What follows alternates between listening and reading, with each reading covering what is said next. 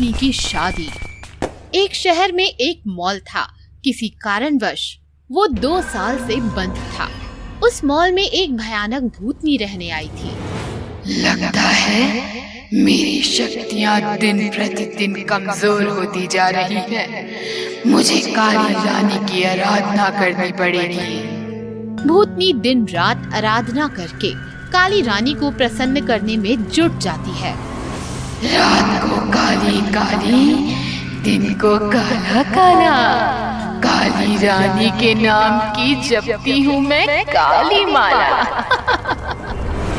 2 महीनों तक आराधना करने के बाद काली रानी प्रसन्न होती है और भूतनी को दर्शन देती है। रात रहेगी काली, दिन भी होगा काला। बोल काली रानी की तू क्यों जपती है माला?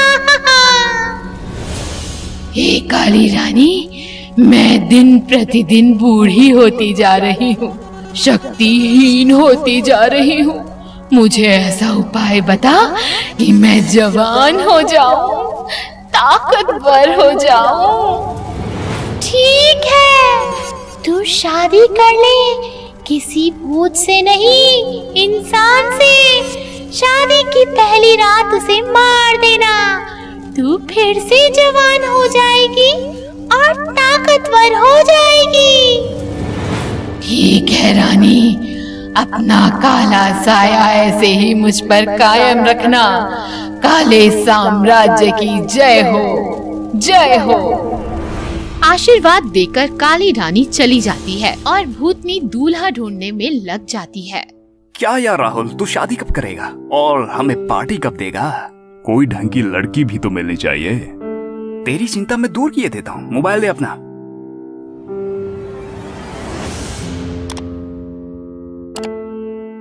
ये ले, मैंने इसमें एक डेटिंग ऐप डाल दिया है और तेरी प्रोफाइल भी बनवा दी है। देखना, लड़कियों की लाइन लग जाएगी। अरे यार, ये देख, कोई ईशा नाम की लड़की है, उसका मैसेज आया है और उसने मुझे डेट पर भी बुलाया है। कहाँ बुलाया है? City mall. अरे भाई, फिर तो तुझे बहुत प्राइवेसी मिलेगी वहाँ। वो सिटी मॉल तो 2 साल से बंद पड़ा है। मैं अभी निकलता हूँ। राहुल अपनी कार लेकर सिटी मॉल पहुंचता है। मॉल के सामने ईशा उसका इंतजार कर रही होती है। हाय ईशा। नहीं, मैं शादी से पहले किसी भी मर्द को नहीं छू सकती। जैसी तुम्हारी मर्जी, लेकिन तुमने मुझे इस मॉल में क्यों बुलाया है? हम किसी बड़े से होटल में मिल सकते थे। ये मॉल मेरे पिताजी का है। होटल में बहुत शोर रहता है, लोग रहते हैं। मुझे वहाँ कंफर्टेबल महसूस नहीं होता। मुझे प्राइवेसी चाहिए। Okay, no problem. चलो अंदर चलते हैं। दोनों मॉल के अंदर चले जाते हैं। ये मॉल बंद क्यों है?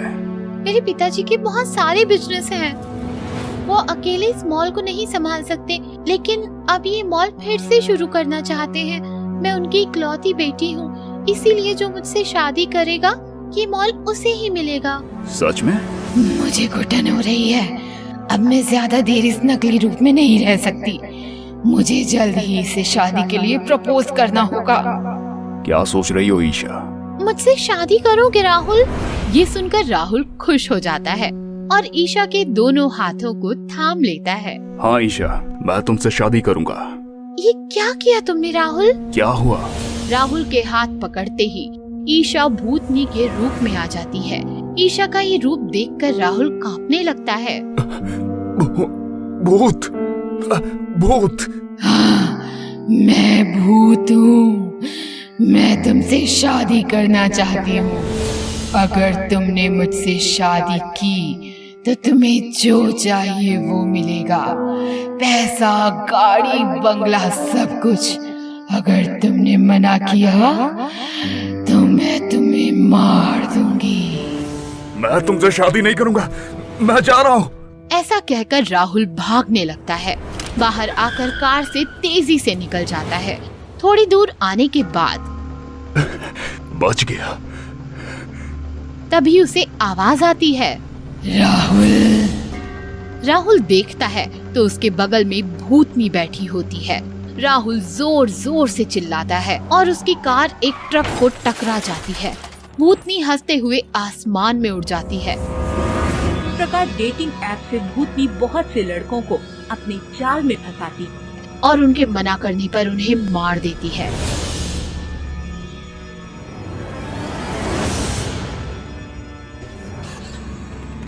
एक दिन सुशांत नाम का लड़का भूतनी से मिलने आता है। भूतनी रूप बदलकर उसे मिलती है। हाय ईशा। सॉरी, मैं शादी से पहले गैर मर्द को नहीं छूती। मुझे पता है तुम ईशा नहीं भूतनी हो। ईशा अपने असली रूप में आ जाती है। फिर भी तुम मुझसे डरे नहीं? नहीं, क्योंकि मैं तुमसे शादी करना चाहता हूँ। लेकिन क्यों? मेरी कुंडली में दोष है। जो लड़की मुझसे शादी करेगी वो उसी दिन मर जाएगी, इसलिए कोई भी लड़की मुझसे शादी करने में डरती है। तो तुम मुझे बलि का बकरा बनाना चाहते हो? ऐसा नहीं, शादी से पहले पंडित जी एक यज्ञ करेंगे जिसके बाद तुम्हें कोई खतरा नहीं होगा, फिर हम शादी कर सकते हैं। फिर तुमने ये बात उन लड़कियों को क्यों नहीं बताई? मैंने बताया, लेकिन किसी ने मेरा भरोसा नहीं किया। और वैसे भी उनसे शादी करके मुझे क्या मिलेगा? तुमसे शादी करूंगा तो मुझे बंगला, गाड़ी, पैसा सब कुछ मिलेगा। लगता है बड़ा लालची है, ये मेरे जाल में फंस जाएगा। ठीक है, तो फिर हम आज रात को ही शादी करेंगे। तुम पंडित को लेकर आ जाना। रात होती है। मॉल में शादी की सारी तैयारियां हो जाती हैं। पंडित बड़ा सा यज्ञ करता है। यज्ञ संपन्न हुआ। अभी यह जल कन्या को प्राशन करवा दीजिए, जिससे कन्या संकट मुक्त हो जाएगी। ये लो, पियो इसे। इसे पीने से सारा खतरा टल जाएगा और फिर हम शादी करके नया जीवन आरंभ करेंगे। बेवकूफ कहीं का, इसे पता नहीं शादी के बाद तो इसका जीवन समाप्त हो जाएगा। भूतनी वो जल पी लेती है। जल पीने के बाद वो जलने लगती है। ये क्या? मैं जल रही हूँ, मैं जल रही हूँ। मुझे धोखा तो तुमने मेरे भाई को दिया था। कौन हो तुम? मैं उसी राहुल का भाई हूँ जिसे तुमने धोखे से मारा था। मैं उन सारे लड़कों का बदला लेने आया हूँ जिन्हें तुमने बस अपने स्वार्थ के लिए मार डाला। बचाओ, मुझे बचाओ। इस तरह सुशांत की होशियारी की वजह से भूतनी के सारे काले इरादे नाकाम हो जाते हैं। भूतनी जल के मर जाती है और शहर से खतरा टल जाता है। खंजर वाली भूतनी। बहुत समय पहले की बात है। पुराने खंडहर में एक भूतनी रहती थी। वो भूतनी लोगों को डराकर मारा करती थी। उसे ये करने में बड़ा ही मजा आता था। कितने बेवकूफ होते हैं ये इंसान। डरपोक कहीं के। जरा सी फूंक मारो और हवा में फुर। भूतनी कई सालों से लोगों को डराकर मारती रही और धीरे धीरे उसकी शक्तियां कम होने लगी और अब ये कमजोर हो गई थी और किसी को भी मार नहीं पाती थी। लगता है मेरे जाने का वक्त आ गया है। मैं नहीं जाना चाहती इस दुनिया से। काला साया, शैतानों के देवता, मेरी मदद करो। भूतनी के पुकारने पर शैतानों का देवता काला साया उसके सामने आ जाता है। तो चाहे तो दुनिया की सबसे शक्तिशाली भूतनी बन सकती है। कैसे काला साया, बताओ मुझे। काला साया एक खंजर भूतनी को देता है और उसकी गर्दन पर वार करता है। ये क्या किया तुमने साया? इस खंजर पर तुम्हारा खून लग गया है। अब तुम जिस भी इंसान को इस खंजर से मारकर उसका खून पियोगी, तुम्हारी शक्तियाँ और बढ़ जाएंगी। पर याद रहे, ये खंजर तुम्हारा सर्वनाश भी कर सकता है। हाँ, मैं ये याद रखूंगी साया। तुम फिक्र मत करो, मैं इस दुनिया की सबसे शक्तिशाली भूतनी बन जाऊंगी। उसी रात अनिल नाम का एक लड़का अपने ऑफिस से घर को लौट रहा था। तभी उसे सड़क पर एक बूढ़ी औरत बैठी हुई दिखती है जो ठंड से कराह रही होती है। अरे माई, तुम यहाँ इतनी रात में क्यों बैठी हो? अरे बेटा, अब क्या बताऊं, मेरे बेटे और बहू ने मुझे यहाँ छोड़ दिया। उन्होंने कहा कि वो मुझे लेने आएंगे, पर अभी तक नहीं आए। अनिल को उस बूढ़ी औरत पर तरस आ जाता है।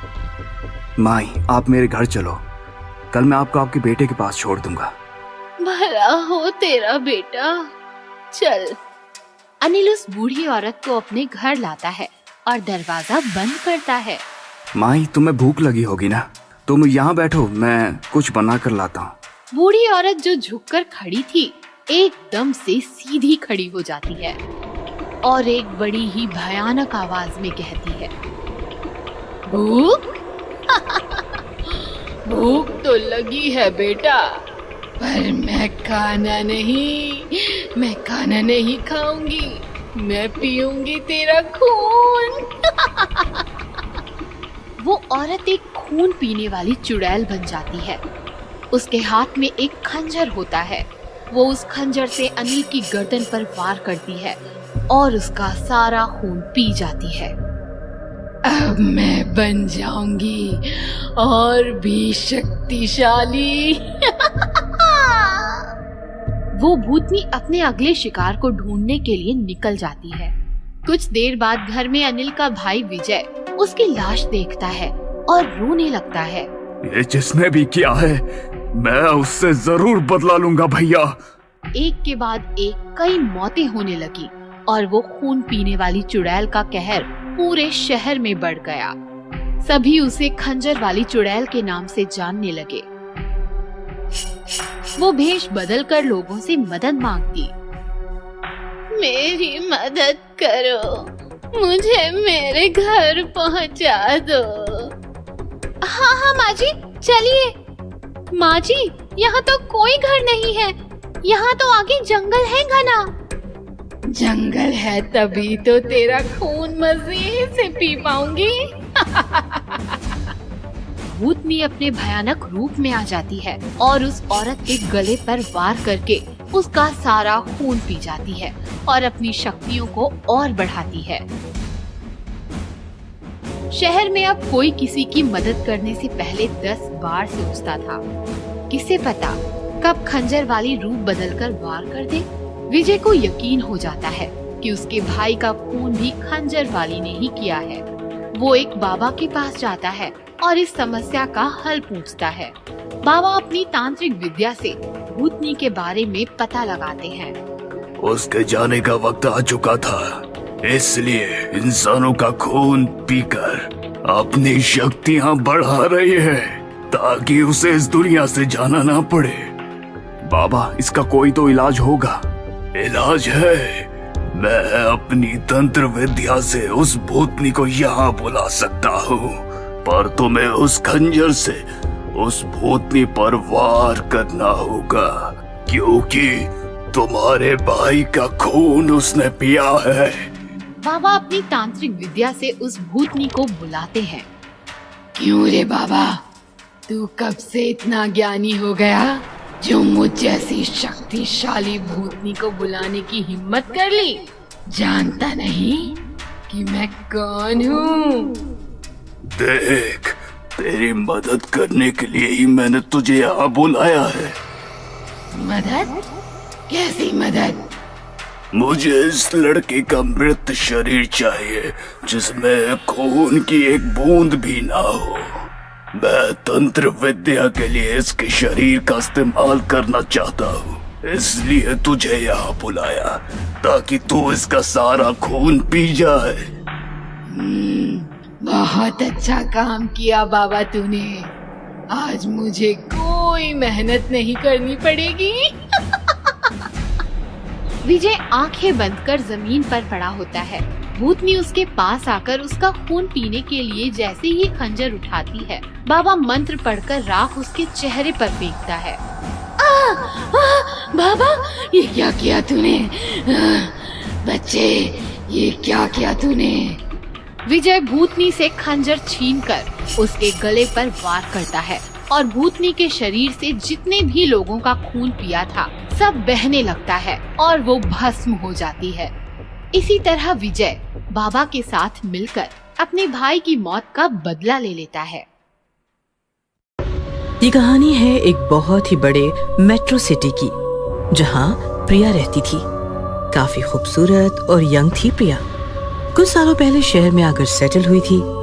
पेशे से वो एक बैंकर थी। रोज 8 घंटे ऑफिस का काम और बाकी बचा टाइम आराम ही आराम, क्योंकि ना तो उसकी शादी हुई थी और उसके मम्मी पापा भी भैया भाभी के पास थे। मतलब प्रिया अपने आप को ठीक ठाक वक्त दे पाती थी। इन दिनों प्रिया एक किताब पढ़ रही थी जिसमें एक पॉइंट उसे बार बार परेशान कर रहा था। दरअसल वो किताब एक मशहूर लेखिका ने सांपों के बारे में लिखी थी। सुदर्शन, कल मैंने तुम्हारी दी हुई किताब में पढ़ा, उसमें लिखा था कि ये जो कोबरास मतलब नाग होते हैं ना, उनकी कुछ प्रजातियों में ऐसा पाया जाता है कि वो इच्छाधारी होते हैं। मतलब अगर वो लंबे समय तक बिना नागिन में उलझे हुए कुछ साल सीधी चाल भटकते रहे तो फिर जमीन पर रेंगते रेंगते ही अचानक दिव्य बन जाते हैं और फिर जब चाहे तब वो इंसानी रूप में आ सकते हैं, इंसानी मादा को जीतने। कहाँ तुम इन बातों को मानती हो? अरे पढ़कर छोड़ दिया करो ऐसी बातें। नहीं सुदर्शन, मेरी लाइफ में ऐसा ही इच्छाधारी नाग है। What? मतलब वो नाग है कि नहीं ये नहीं पता, लेकिन वो इच्छाधारी जरूर है। प्रिया, तुम क्या कह रही हो? मेरी तो कुछ भी समझ में नहीं आ रहा। अंशित नाम का एक लड़का है, मैं उससे प्यार करती हूँ। इतना खूबसूरत है कि मैं तुम्हें बता नहीं सकती। प्रिया, क्या किया अंशित ने? दरअसल बात ऐसी थी कि प्रिया जब एक पार्टी में गई थी तो वहाँ उसकी मुलाकात अंशित से हुई। अंशित एक बहुत ही हैंडसम लड़का था, जिसे देखते ही प्रिया ने प्रपोज कर दिया और फिर दोनों काफी करीब आ गए। अंशित करीब आया, ये प्रॉब्लम तो नहीं हो सकती? अंशित मुझे कभी किस नहीं करता। फिर वो उसकी प्रॉब्लम है। अंशित जिस लड़की को किस करता है वो मर जाती है सुदर्शन। अब ये सुनकर सुदर्शन जोरदार शॉक्ड हो गया। What? प्रिया एक दिन सुदर्शन को अंशित के पास ले गई और सुदर्शन ने अंशित को देखा तो उसका माथा ही घूम गया। अंशित नीचे से सांप बनता जा रहा था और ऊपर से इंसान था। ओह माय गॉड, ये सब क्या है? क्या करे सर, मेरी कोई इच्छा ही काम नहीं कर रही। पहले जिस चीज को होठों से लगाता था वो खत्म हो जाती थी, अब तो मेरे अंदर से इंसान ही खत्म हो रहा है। मैं जानवर बन रहा हूँ, और वो भी कौन सा? तो सांप। डोंट वरी माय बॉय, सब ठीक हो जाएगा। मुझे टेंशन इस बात की नहीं है सर कि मेरा क्या होगा, मुझे टेंशन है कि मेरे बाद प्रिया का क्या होगा। सुदर्शन ने इमीडिएटली उस किताब की ऑथर रंजना का एड्रेस निकाला और सुदर्शन प्रिया को लेकर रंजना के पास आया। देखिए, मैंने आपसे अभी आपके बॉयफ्रेंड अंशित के बारे में सुना और आपको मुझे ये बताते हुए अत्यंत खेद हो रहा है कि वो आपसे लगातार झूठ बोल रहा है। यही ना कि वो छिपा रहा है कि वो इच्छाधारी नाग है, वो तो हमें भी पता है। नहीं, उसका जो खतरनाक झूठ है वो ये है कि वो आपसे प्यार करता है। ये सुनकर तो प्रिया के साथ साथ सुदर्शन भी हिल गया। मैम, कैसी बातें कर रही हैं आप? वो तो प्रिया को हद से ज्यादा चाहता है। तकलीफ में भी बस प्रिया के बारे में ही सोच रहा है। जानवर अपनी फीमेल को हद से ज्यादा नहीं चाहते। हमारी वाली हदें उन्हें लागू नहीं होती। वो बस फ्लेवर लेते हैं और मौसम टूटते ही छोड़ देते हैं। यहाँ उल्टा हो रहा है। मतलब वो आपको अपनी दुनिया में ले जाना चाहता है, क्योंकि वो इच्छाधारी है और इच्छा पूरी करने के लिए अलग अलग ढोंग रच रहा है। और सेम यही एक्सपीरियंस प्रिया ने रात को लिया।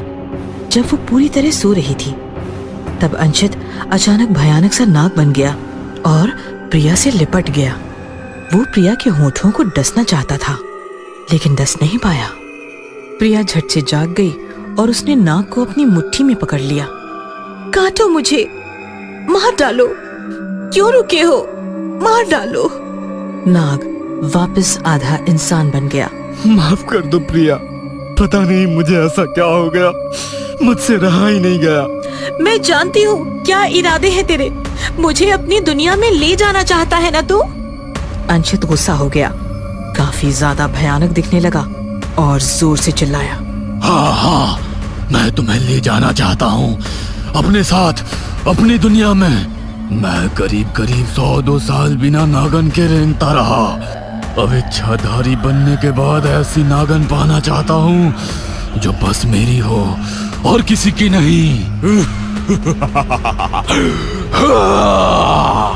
ऐसा कहकर अंशित जोर जोर से हंसते हुए हमला करने ही वाला था कि तभी सुदर्शन ऑथर रंजना को लेकर वहां आया। रंजना ने झट से फूंक मारी और अंशित इच्छाधारी नाग से नाग की छोटी सी गोली बन गया। रंजना ने वो गोली उठाकर एक शीशी में भर ली। आपका बहुत बहुत धन्यवाद रंजना, लेकिन आप इसे इच्छाधारी नाग की गोली बनाकर क्या करेंगी? रंजना मुस्कुराते हुए बोली, डोंट वरी, ऐसे सैकड़ों नागों से रोजाना रात खेलती हूँ मैं। और फिर रंजना झूमती हुई निकल गई। आगे उस इच्छाधारी नाग अंशित का क्या हुआ पता नहीं, लेकिन सुदर्शन ने तो अपनी प्रिया बचा ली। भूतिया कंगन। कहानी है सहारनपुर जिले के कछुआ शहर की। मालती के इकलौते बेटे धर्मेश की नई नई शादी हुई थी। मालती बहुत खुश थी। मालती की बहू ज्यूली आईने के सामने अपना रूप निहार रही थी। सब कुछ परफेक्ट है, बस हाथ खाली खाली है। कोई कंगन मिल जाते तो बात ही कुछ और होती। तभी मालती एक कंगन लेकर आई और ज्यूली को पहनाने लगी। मिल गया कंगन, सोने का खानदानी कंगन है। देखो तो कितना जच रहा है। कंगन तो बेहद खूबसूरत है, पर एक ही कंगन क्यों? दूसरा कहाँ है? ज्यूली की बात सुनकर मालती परेशान हो गई। अपने बेटे धर्मेश के पास जाकर कहने लगी, बहू दूसरा कंगन मांग रही है, क्या करे? उसे बोलो नहीं मिलेगा। गुस्सा थूक दे बेटा, हमें कैसे भी करके उसके मायके वालों से दहेज के और 1.5 लाख हथियाने हैं। जूली को खुश तो रखना ही पड़ेगा। बात तो ठीक है, लेकिन कंगन के लिए और थोड़ा इंतजार करना पड़ेगा। लाश तो अभी सड़ी भी नहीं होगी। जूली धर्मेश के साथ सो तो गई, लेकिन रात भर उसे नींद ही नहीं आई। पूरे शरीर में भारीपन महसूस होता रहा। सोने के बाद बुरे सपने लगातार उसकी नींद खोलते रहे। ये आज अचानक क्या हो गया? सुबह गुरुजी को कॉल लगाती हूँ। सुबह हो गई। जूली ने अपने गुरु रविशंकर जी को कॉल लगाई। प्रणाम गुरुजी, कल रात से बुरे सपने आ रहे हैं, भारीपन सा महसूस हो रहा है, नींद भी नहीं आ रही, ऐसा क्या हो रहा है? तुम्हारे दैनिक दिनचर्या में परिवर्तन हो रहा है। जरा बताओ कैसे परिवर्तन है? विशेषतः तुमने कुछ नया खाया पिया या फिर पहना तो नहीं? खाना पीना तो सब आपके ही मार्गदर्शन अनुसार है गुरुजी, बस सास का दिया हुआ एक कंगन पहन लिया है। हमारा अनुमान है वो कंगन ही तुम्हारी दशा का एकमात्र कारण है। उसे उतार दो और 2 दिन बाद हमें परिणामों से अवगत कराओ। गुरुजी ने कंगन उतारने की सलाह दे दी, लेकिन ज्यूली राजी नहीं थी। कंगन उतार दिया तो सास बुरा मान जाएंगी, और तो और वो दूसरा कंगन भी नहीं देंगी। ये कंगन हाथ में रहेगा तो दूसरा भी जल्द मिल जाएगा। रात होते ही धर्मेश सो गया, लेकिन ज्यूली के हालात बेहद खराब थे। रात के 12 बजे तक वो लेटी लेटी छत की ओर देखती रही। उसकी आंखें फटकर मोटी हो गई थीं। अचानक ज्यूली अपने बिस्तर से उठकर घर के पिछवाड़े आ गई, जमीन पर बैठ गई और नाखूनों से जमीन नोचने लगी। जमीन से मिट्टी हटती चली गई और ज्यूली के हाथ एक हाथ आया, जिस हाथ में सोने का वो दूसरा कंगन था। वो कंगन भी ज्यूली ने पहन लिया और बेडरूम में आकर धर्मेश के साथ सो गई। सुबह झाड़ू लगाते वक्त मालती की आंख में कचरा अटक गया, तो उसने रसोई में खड़ी ज्यूली को आवाज लगाई, बहू, आंख में कचरा अटका है, जरा साफ तो कर दे। ज्यूली आई और आंख का कचरा हटाने लगी तो मालती ने उसके हाथों में दोनों कंगन देख लिए और उसका दिल दहल गया। रहने दो, हो गया साफ। शाम को मालती धर्मेश के साथ बाबा चंगुलनाथ के मठ पहुंची। जैसे आपने कहा था वैसे ही किया था। सरला को मारकर उसके हाथ में एक कंगन छोड़ दिया था। फिर आज नई बहुरिया के हाथ में वो कंगन कैसे आया? प्रतिशोध लेना चाहती है। दिन प्रतिदिन शक्तियां बढ़ रही है। आज रात अंतिम संस्कार कर दो, नहीं तो विपदा आ जाएगी। रात के वक्त ज्यूली गहरी नींद से सो रही थी और धर्मेश बेचैन लेटा था। जैसे ही 12 बजे धर्मेश मालती के साथ घर के पिछवाड़े आया और दोनों मिलकर मिट्टी हटाने लगे। थोड़ी देर बाद एक लाश निकली। लाश को देखकर दोनों दंग रह गए क्योंकि लाश के हाथ में वही कंगन चमचमा रहा था। ये फिर से इसके हाथ में कैसे? सुबह तो ज्यूली के हाथ में मैंने देखा था।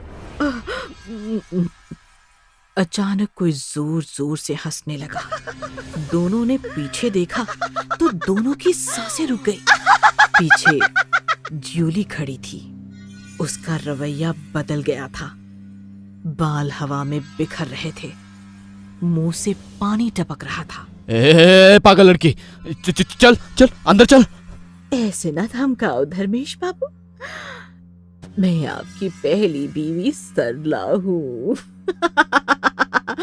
ज्यूली नहीं। ये सुनते ही मालती और धर्मेश के रोंगटे खड़े हो गए। क्या चाहती है तू? आखिर क्या चाहती है? बदला।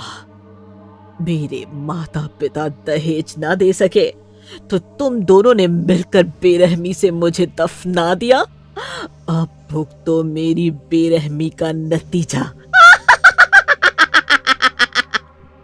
मालती और धर्मेश भागने लगे। सरला ने जोर जोर से हंसते हुए अपना सिर हिलाया तो मालती धर्मेश अपने आप पीछे पीछे सरकने लगे। ये क्या हो रहा है माँ? हम तो भाग ही नहीं पा रहे। सरला ने दोनों को पीछे खींच लिया और सिर को जोरदार झटका देकर दोनों को गड्ढे में गिरा दिया। सरला, माफ कर दो, माफ कर दो। बचाओ, बचाओ कोई। सरला ने मिट्टी पर नजर डाली तो मिट्टी अपने आप गड्ढे में गिरने लगी। थोड़ी ही देर में गड्ढा मिट्टी से भर गया और मालती धर्मेश दफन होकर मर गए। इस प्रकार ज्यूली के शरीर की मदद से सरला ने खुद पर हुए अत्याचार का बदला ले लिया। पुरानी हवेली। आजमगढ़ में 400 साल पुरानी एक हवेली थी। लोग उसे अंग्रेजों के जमाने वाली हवेली कह के पुकारते थे। हवेली काफी पुरानी और सुनसान थी, इसीलिए कोई भी उस हवेली की तरफ नहीं जाता। बस आजमगढ़ के नशेड़ी, गंजेड़ी और बेवड़े लोग उस हवेली में दिन रात पड़े रहते थे, हंगामा करते थे। राजू दादा, कोई अंग्रेज अधिकारी इस हवेली में अपनी आइटम लेकर आया था, सच था क्या?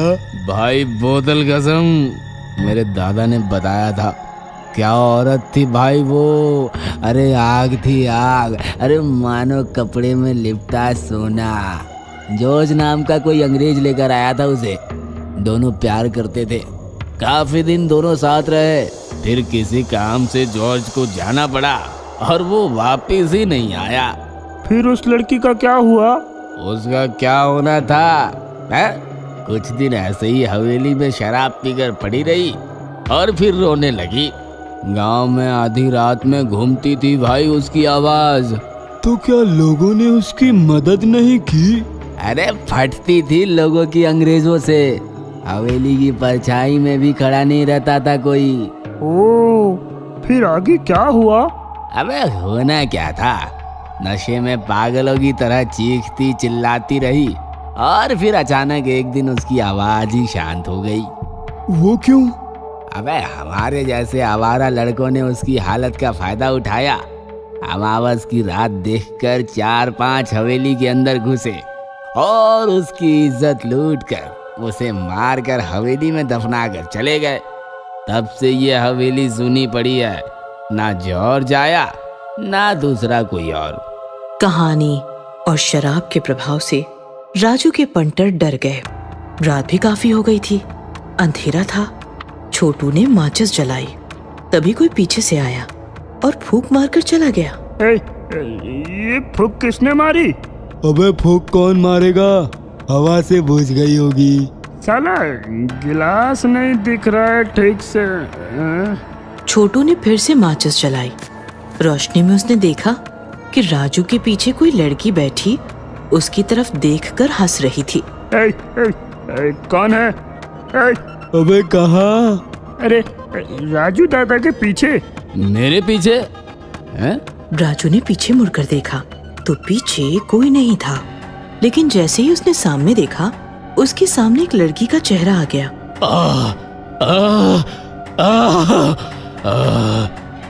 राजू दादा क्या हुआ? राजू काफी डर गया था, फिर भी हंसते हुए बोला, अरे कुछ नहीं, मैं तो बस डरा रहा था तुम्हें। चलो चलते हैं यार। क्या हुआ राजू दादा?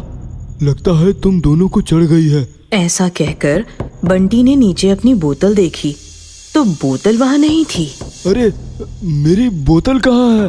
अरे हमें क्या पता, बोतल संभाल नहीं पा रहा और बोलता है चढ़ी नहीं है। तभी बंटी ने देखा कि उसकी बोतल हवेली के दूसरे कमरे में रखी हुई है। क्या यार, क्यों खेल रहे हो मेरे साथ? वो देखो बोतल उस कमरे में है। तो जाना लेकर आ। बंटी बोतल लेने के लिए दूसरे कमरे में आया। जैसे ही बोतल उठाकर वो पीछे मुड़ा, उसकी चीख निकल गई क्योंकि उसके पीछे एक भयानक भूतनी खड़ी थी। भूतनी झट से रूप बदलकर एक खूबसूरत लड़की बन गई और बंटी के गले लग गई। डर के मारे बंटी की आवाज नहीं फूट रही थी। George, George darling, I love you. मैं जॉर्ज नहीं हूँ, छोड़ो मुझे। पता है तुम जॉर्ज नहीं हो, जॉर्ज तो तुम्हारे पीछे खड़ा है। बंटी ने पीछे मुड़कर देखा तो पीछे जॉर्ज का भयानक भूत खड़ा था। बंटी चीख पाता उससे पहले ही जॉर्ज का भूत बंटी के शरीर में घुस गया और बंटी लड़की की तरफ देखकर मुस्कुराया। लड़की भी मुस्कुराते हुए भयानक भूतनी बन गई और फिर गायब हो गई। इधर राजू और छोटू बंटी को पुकार रहे थे।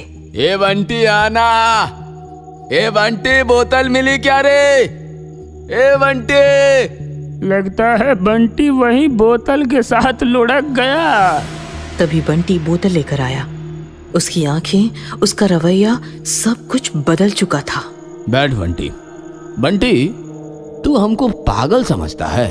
हाँ क्या रे साला, मैंने तुमको ये कहानी क्या सुनाई, तुम लोग मुझे ही बनाने लगे। ये माचिस बुझाकर बोलता है किसने बुझाई, तू बोतल उधर रख कर आया और फिर बोलता है बोतल किसने छिपाई। सब नौटंकी है साला। राजू दादा, झिलमिल की इज्जत लूट कर उसे दफना दिया उन लोगों ने। उसी रात जॉर्ज लौट कर आया और उसने झिलमिल को हवेली में दफनाया हुआ पाया। वह सह ना सका और उसने भी झिलमिल के साथ गाड़ लिया खुद को। अबे क्या बक रहा है? कौन झिलमिल? वही लड़की जिसे जॉर्ज हवेली में लेकर आया था। ये सुनकर राजू और छोटू जोर जोर से हंसने लगे।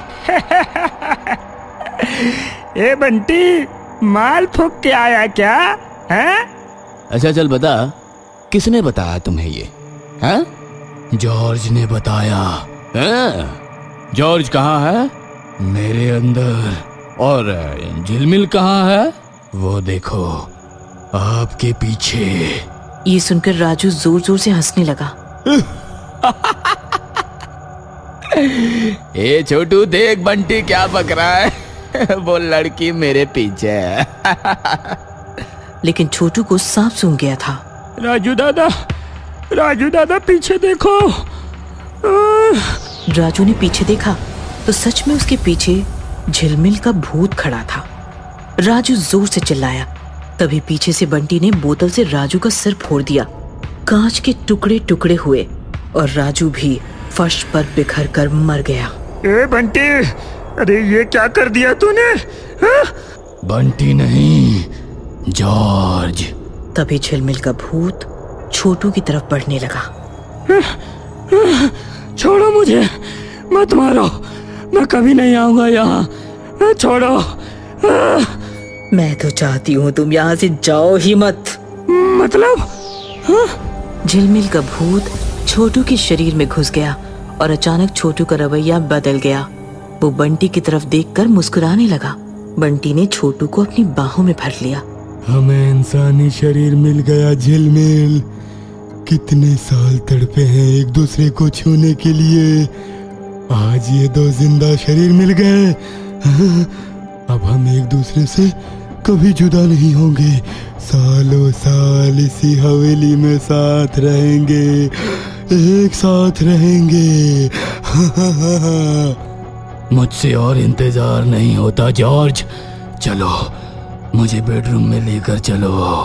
बंटी ने छोटू को अपनी बाहों में उठा लिया और वो छोटू को लेकर हवेली के अंदर वाले कमरे की तरफ निकल पड़ा। अधूरा प्यार। रश्मि कौशिक से पागलों की तरह प्यार करती थी, लेकिन कौशिक रश्मि से उतनी मोहब्बत नहीं करता था। रश्मि, माना कि मैं तुम्हारा पहला प्यार हूँ, लेकिन मेरा पहला प्यार चित्रा है और वो मेरे पास लौट आई है। अब मैं तुम्हें छोड़कर उसके पास जाना चाहता हूँ, मुझे जाने दो। नहीं, मैं हमारी लव स्टोरी अधूरी नहीं रहने दूंगी, इसे पूरा होना ही होगा। हमारे जीते जी न सही तो हमारे मरने के बाद। रश्मि, ये तुम क्या कर रही हो? कौशिक कुछ समझ पाता उससे पहले ही रश्मि ने ब्लेड निकालकर कौशिक के हाथों पर वार किया और उसकी नस काट दी। उसके तुरंत बाद उसने ब्लेड से अपनी खुद की नस भी काट ली। कौशिक का वार गहरा नहीं था, बस ब्लीडिंग हो रही थी, लेकिन रश्मि, वो तो जमीन पर कब की गिर गई थी।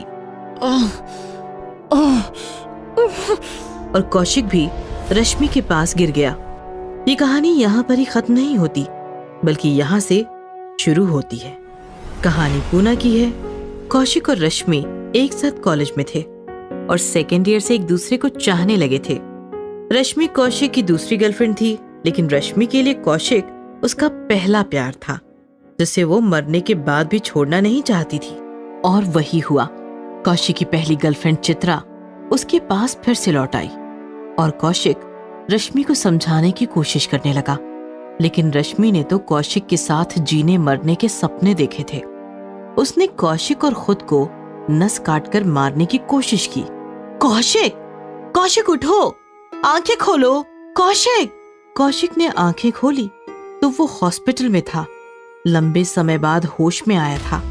कौशिक, मैं तुम्हारी चित्रा, अरे देखो मुझे। रश्मि कैसी है? इस पर चित्रा कुछ बोलती उससे पहले ही कौशिक के घर वाले उससे मिलने के लिए आ गए।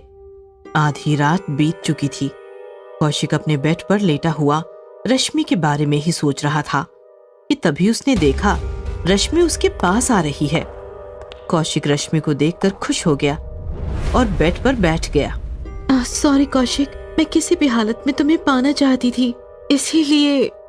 रश्मि आगे कुछ बोल ही नहीं पाई। इट्स ओके रश्मि, मैं जानता हूँ तुम मुझसे कितना प्यार करती हो। तुमने जो किया उसका मुझे बुरा नहीं लगा। बुरा नहीं लगा तो अब भी बुरा नहीं लगना चाहिए। रश्मि, ये तुम क्या कह रही हो? रश्मि जोर जोर से हंसने लगी और हंसते हंसते भयानक भूतनी बन गई। उसके हाथ में खून से रंगा हुआ एक ब्लेड था। ब्लेड कौशिक की तरफ बढ़ाकर रश्मि जोर जोर से हंस रही थी।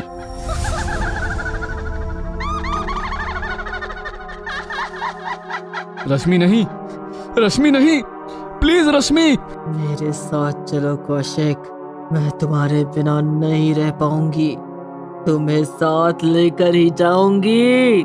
नहीं रश्मि, रश्मि नहीं। कौशिक ने अपनी आंखें बंद कर ली और वो चिल्लाता रहा, कौशिक, कौशिक, संभालो खुद को, रश्मि मर चुकी है। कौशिक, रश्मि मर चुकी है।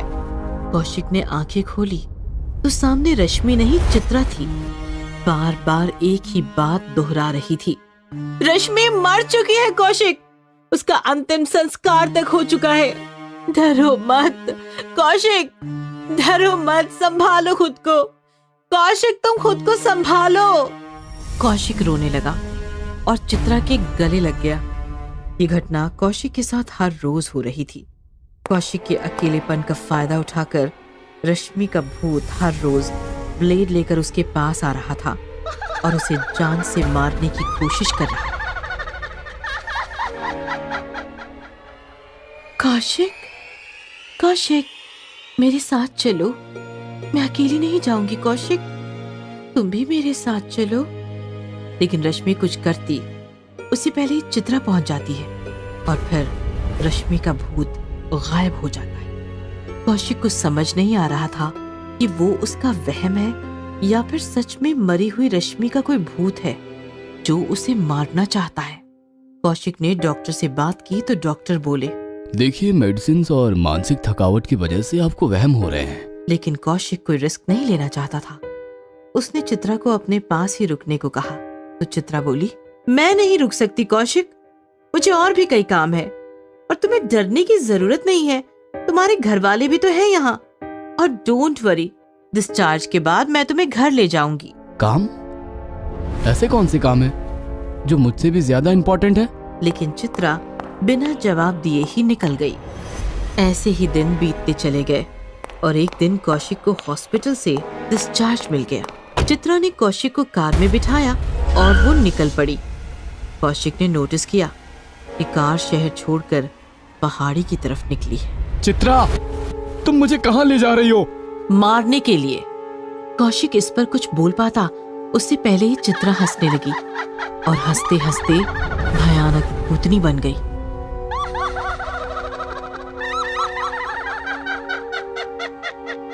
कौशिक समझ नहीं पा रहा था कि ये हो क्या रहा है।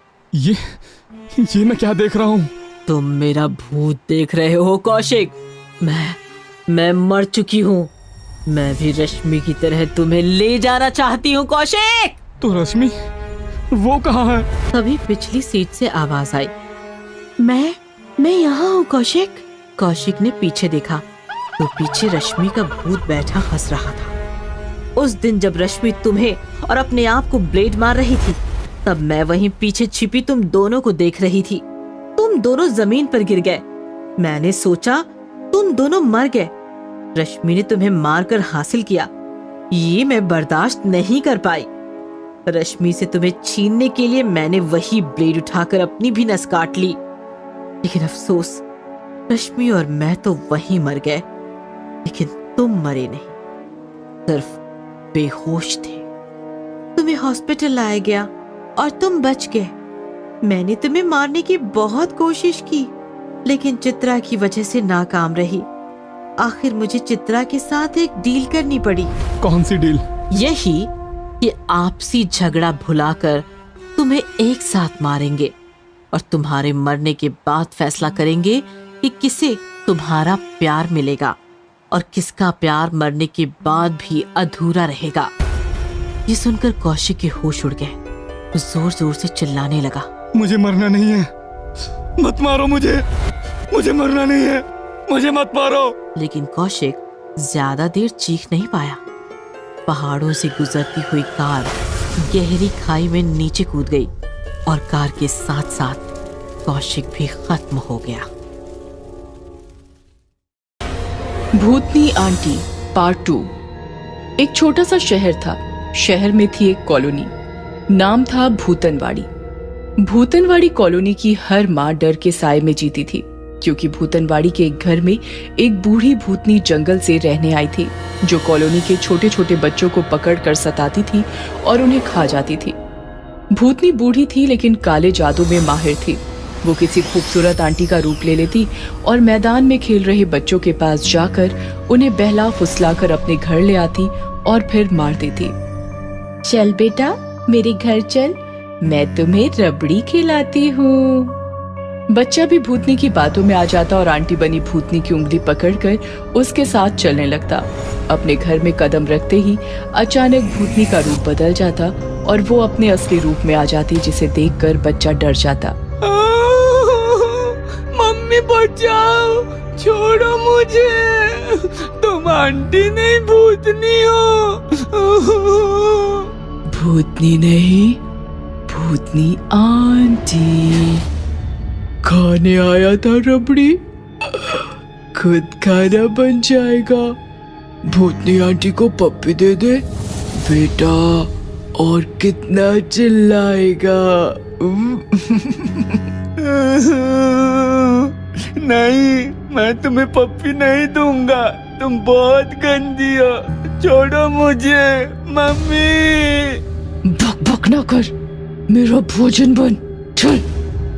इस प्रकार भूतनी की काली करतूतों से कॉलोनी में हाहाकार मच गया। लोगों ने बूढ़ी भूतनी के पास जाकर उसे काफी समझाया, लेकिन वो नहीं मानी। फिर लोगों ने तंत्र मंत्र का सहारा लिया, तांत्रिकों को उसके घर के सामने बिठाया, लेकिन दुष्ट भूतनी ने अपनी शक्तियों से तांत्रिकों को भी भगा दिया और वो अपनी मनमानी करती रही। इस प्रकार कॉलोनी का नाम भूतनवाड़ी पड़ गया।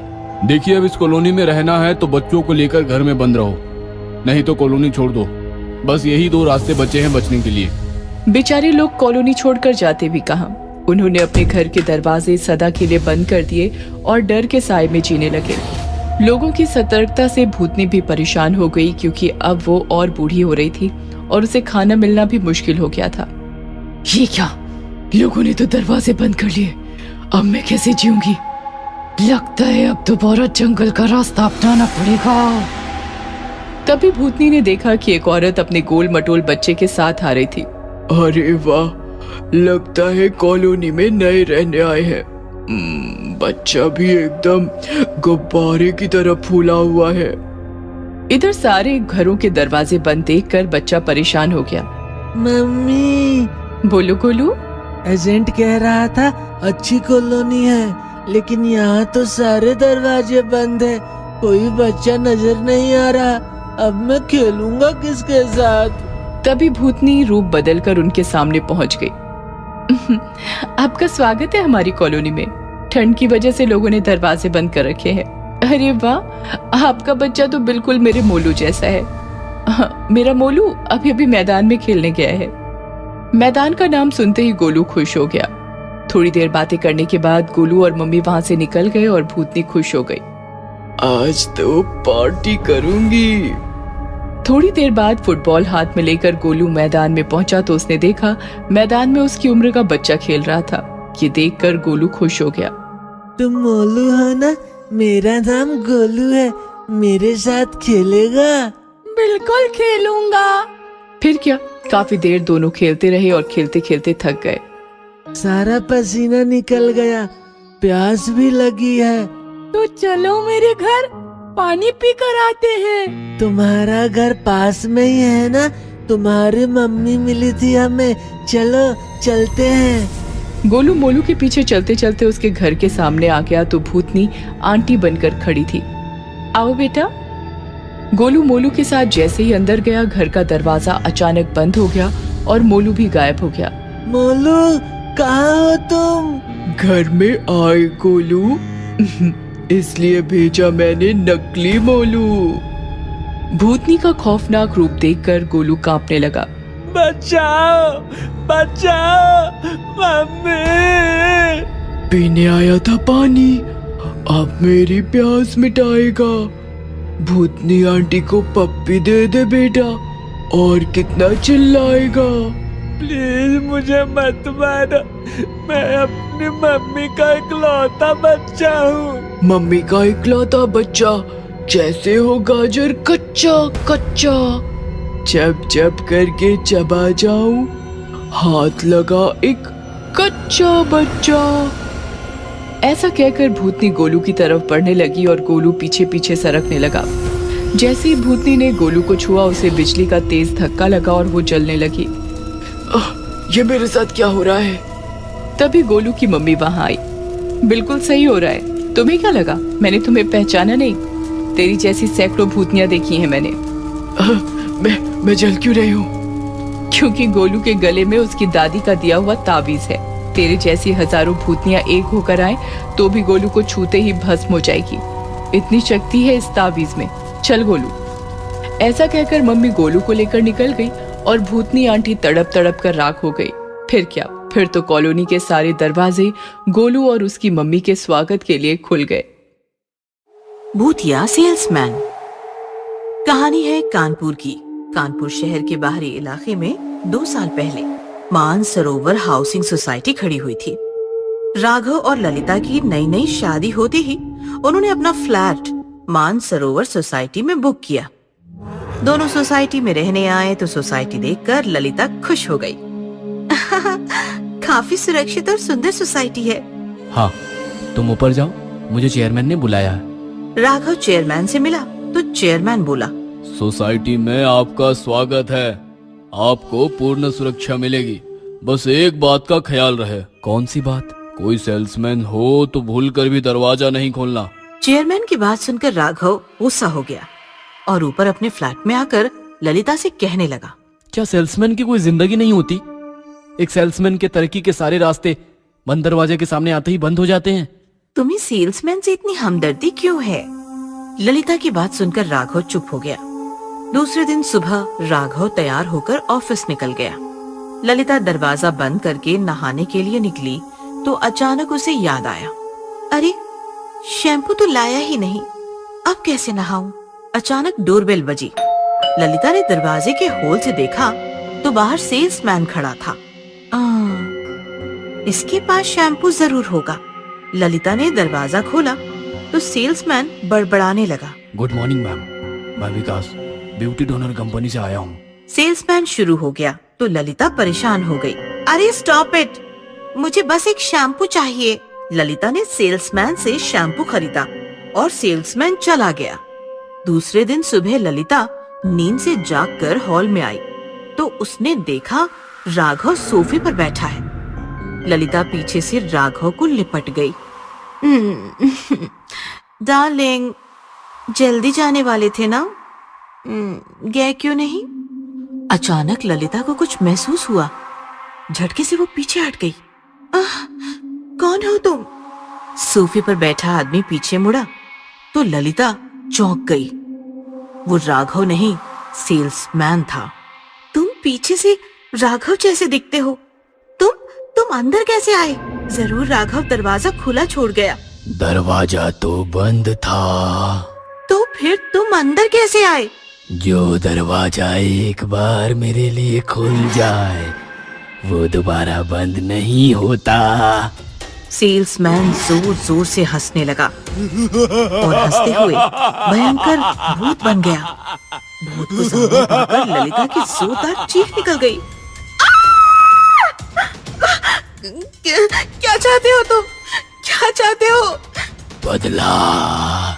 इस सोसाइटी ने मेरी जान ली है, अब मैं इसे तबाह करूंगा। एक एक करके सबको मार दूंगा।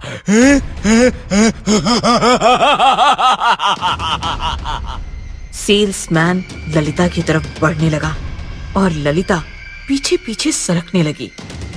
राघव अपना मोबाइल बेडरूम में भूल आया था।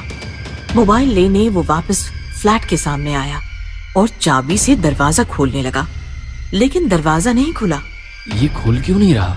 अचानक अंदर से चीखने चिल्लाने की आवाज आई और राघव डर गया। ललिता, क्या हुआ? दरवाजा खोलो। राघव दरवाजा पीटता रहा और अंदर भूत ने ललिता को गैलरी से नीचे लटका दिया। राघव, बचाओ, बचाओ राघव। मैं भी ऐसे ही मरा था, अब तुम भी मरोगी। राघव दरवाजा पीट रहा था कि चेयरमैन वहां पहुंचा। जब तक तुम्हारी बीवी जिंदा है वो दरवाजा नहीं खोलेगा। सेल्समैन के लिए दरवाजा खोलकर ललिता ने गलती कर दी। लेकिन वो ऐसा क्यों कर रहा है? ये बात 2 साल पहले की है, जब ये सोसाइटी नई नई बनी थी। एक सेल्समैन यहाँ सोसाइटी में आया तो मैंने उसे रोका। ओ भाई, तुम अंदर कैसे आए? सोसाइटी में सेल्समैन अलाउड नहीं है। मैं विकास हूँ साहब, वॉचमैन से छिप कर आया हूँ। मेरे भाई को बड़ी नौकरी मिलने वाली है, उसके लिए पाई पाई जोड़ रहा हूँ। प्लीज मुझे ऊपर जाने दीजिए। ढोंग ना करो, भागो यहाँ से। मैंने उसे धक्के मारकर निकाल दिया तो वह पाइप से ऊपर चढ़ा और पैर फिसलने से नीचे गिरकर मर गया। तब से उसकी आत्मा सोसाइटी में भटक रही है। जो दरवाजा खोलता है उसे वो नीचे गिराकर मार देता है। चेयरमैन की बात सुनकर राघव पागलों की तरह चिल्लाते हुए दरवाजा पीटने लगा। विकास भैया, दरवाजा खोलिए, मैं आपका छोटा भाई राघव, वो मेरी पत्नी है, उसे कुछ ना करना। सेल्समैन का भूत ललिता को नीचे छोड़ने ही वाला था कि उसने राघव की आवाज सुनी। उसने फौरन ललिता को ऊपर खींच लिया। ललिता बच गई। सेल्समैन का भूत दरवाजे की तरफ भागा। उसने दरवाजा खोला तो सामने राघव खड़ा था।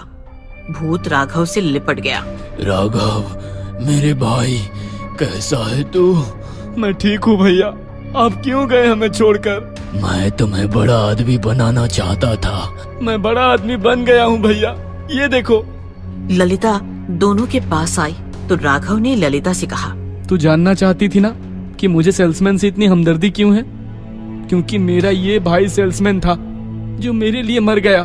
मैं एक सेल्समैन का छोटा भाई हूँ। सेल्समैन का भूत ललिता और राघव की तरफ देखकर कहने लगा, सच राघव, बहुत बड़ा आदमी बन गया तू।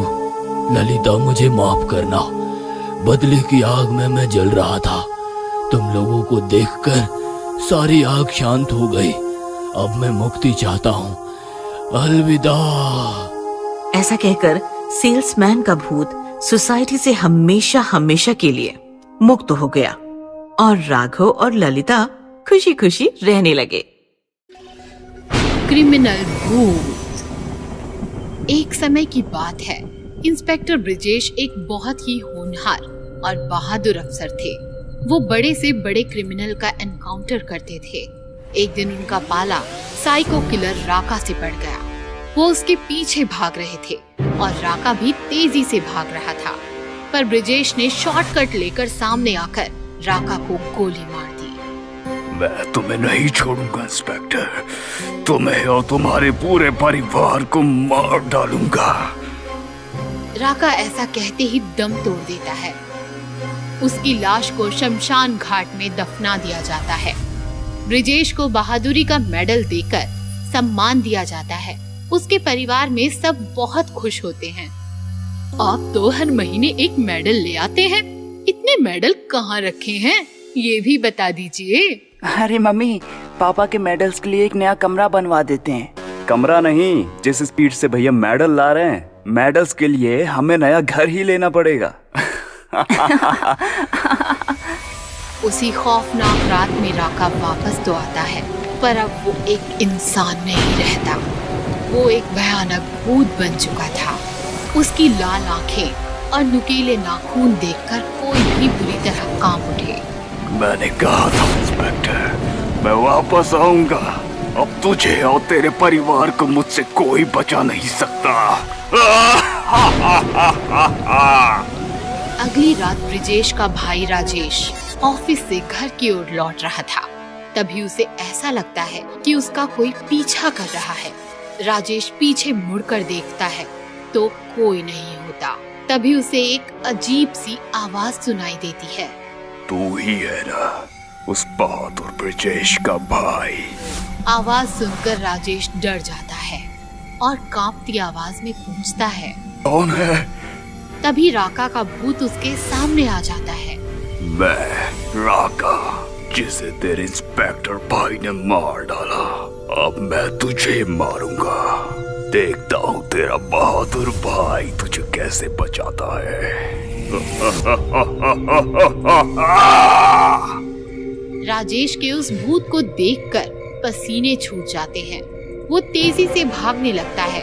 तभी राका उसकी गर्दन पर हमला करता है और उसका सारा खून पी जाता है और तभी राजेश की मौत हो जाती है। अगले दिन ब्रिजेश अपने भाई को देखता है और फूट फूट कर रोने लगता है। किसने किया तुम्हारे साथ ये भाई? मैं अपने भाई को नहीं बचा सका। तभी ब्रिजेश की पत्नी पूजा को राजेश के हाथ पर नाखून से कुछ लिखा हुआ दिखता है। देखिए जी, देवर जी के हाथ पर कुछ लिखा हुआ है। ब्रिजेश हाथ पकड़ने लगता है। भाई तो गया, अब बीवी की बारी। राका। ब्रिजेश ये सुनकर सदमे में आ जाता है और उसके पैरों तले जमीन निकल जाती है। राका, ये सब राका ने किया है। मैं सोच भी नहीं सकता था कि वो वापस आ जाएगा। मैं उसे नहीं छोड़ूंगा। मुझे लगता है कि हमें पंडित जी को बुलवा लेना चाहिए। ये भूत प्रेत का मामला है, आपके बस की बात नहीं है। पूजा अगले दिन पंडित जी को फोन करती है और उन्हें घर आने को कहती है। राका घर की खिड़की से सब देख रहा होता है। इंस्पेक्टर की बीवी, तू तो गई। पूजा घर की छत पर सूख रहे कपड़े लेने आती है कि तभी अचानक से तेज हवाएं चलने लगती हैं और वहाँ राका आ जाता है। कहाँ है तेरे इंस्पेक्टर पति? तुझे बचाने के लिए वापस नहीं आएगा। पूजा राका को देखकर चीख पड़ती है और उसकी आवाज सुनकर ब्रिजेश छत पर दौड़ कर आता है, लेकिन छत का दरवाजा बंद हो जाता है। राका, मेरी पत्नी को छोड़ दे। तेरी दुश्मनी मुझसे है, मुझे मार। मेरे परिवार को छोड़ दे। आएगा आएगा, तेरा भी नंबर आएगा, पर पहले तेरी सुंदर सी पत्नी को थोड़ा और सुंदर बना दूं। पूजा डर से भागने लगती है। तभी राका अपने नाखूनों से उसके चेहरे पर हमला करता है। पूजा चेहरे पर लगे घाव से जमीन पर गिर जाती है और तड़प तड़प कर मर जाती है। अभी मेरा बदला पूरा नहीं हुआ है, मैं वापस आऊंगा। दरवाजा खुलते ही ब्रिजेश पूजा की तरफ भागता है और रोने लगता है। तभी वहाँ पंडित जी आ जाते हैं। ब्रिजेश का बेटा सुधीर पंडित जी को राका के भूत के बारे में बताता है। वो एक दुष्ट आत्मा है, उसका अंतिम संस्कार नहीं हुआ है, इसलिए उसे मुक्ति भी नहीं मिली। हमें जल्दी उसके नाम की पूजा करनी होगी ताकि उसे जल्द से जल्द मुक्ति मिल सके। जो करना है जल्दी कीजिए पंडित जी। मैं अपनी पत्नी और भाई को खो चुका हूँ, अब अपने बेटे को खो नहीं सकता। पंडित जी पूजा करने लगते हैं और जैसे ही मंत्र पढ़ते हैं वहाँ राका आ जाता है। नहीं, तुम लोगों की इतनी हिम्मत कि मुझे मुक्ति दोगे? तुम लोगों को नहीं छोड़ूंगा। राका सुधीर के पास जाता है और उसका गला पकड़ लेता है। सुधीर का दम घुटने लगता है।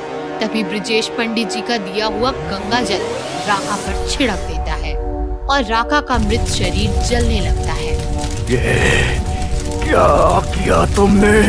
तभी पंडित जी अपनी पूजा का आखिरी मंत्र पढ़ते हैं और राका की आत्मा हवा में भाप बनकर उड़ने लगती है। नहीं, मेरा बदला भी पूरा नहीं हुआ। नहीं। और इसी तरह राका की आत्मा को मुक्ति मिल जाती है और ब्रिजेश अपने बेटे की जान बचा पाता है।